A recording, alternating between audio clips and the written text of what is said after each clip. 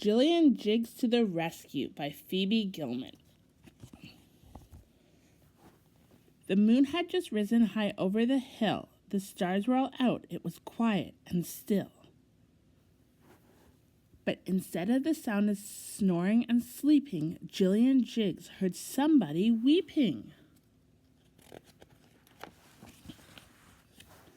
"I'm scared of the monsters," said her little sister. Jillian held her, and Jillian kissed her. "It's okay, Rebecca. Get into my bed. I'll chase that bad monster right out of your head. And then in the morning, you know what we'll do? We'll show that bad monster that he can't scare you." And that's what happened the very next day when Rachel and Peter came over to play. "Hi, Rachel. Hi, Peter. Quick, get inside. The monster might catch you," Jillian cried. "He's scaring Rebecca. He's mangly. He's mean. To stop him, we're making a monster machine. This monster machine will shrink him so small, he'll be squished, he'll be squashed, he'll be nothing at all." "We'll help," Peter said. "4 is better than 2. You never can tell what a monster might do." They worked the whole morning, and when they were done, Jillian warned them, "This won't be all fun. Remember the magic words Kalamazoo? It makes you strong and monster-proof too. That mangy mean monster can't scare you, you know. Are you ready, Rebecca? Come on now. Let's go." "Kalamazoo, Kalamazoo, monster, your meatloaf, monster, you're through. Our monster machine will shrink you so small, you'll be squished, you'll be squashed, you'll be nothing at all." They had to be sneaky and circle around, looking for clues that lay deep underground. They followed the tracks. They fearless and steady. They never gave up. They were rough, tough, and ready. "Kalamazoo, Kalamazoo, monster, your meatloaf, monster, you're through. Our monster machine will shrink you so small, you'll be squished, you'll be squashed, you'll be nothing at all."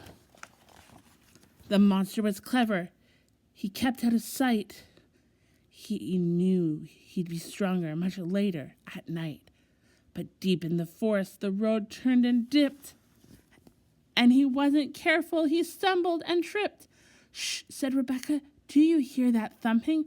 Look over there. The bushes are bumping." "It's him. It's the monster. He's lurking in there," said Jillian Jiggs. "Better beware." "Oh no," said Rebecca. "Remember, he's mean. This looks like a job for the monster machine."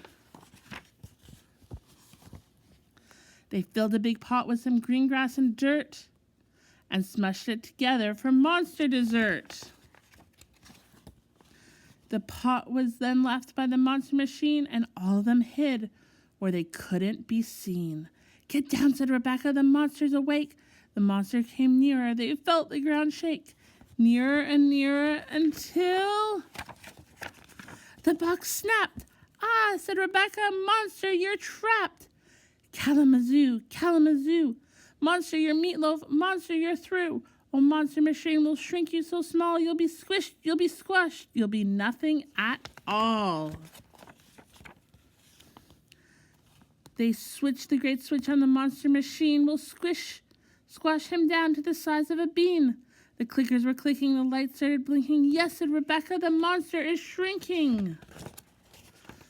"Monster, oh monster, why are you mean? Why do you roar and shout in her dream? Oh monster, why are you bad?" "I think," said Rebecca, "I think that he's sad. He might have been lonely. He needs friends like you. He might have been angry, and that's why he grew. We'd better shrink him a little bit more. Then he won't scare you like he did before." "Stop," said Rebecca. "Enough is enough." They didn't listen. They kept acting tough. They didn't listen. They kept right on going. The squishing and squashing showed no signs of slowing. Then the monster machine began bumping about. "Look," said Rebecca. "He wants to get out." Can't we be friends? Can't we play too? The monster agreed. The monster said...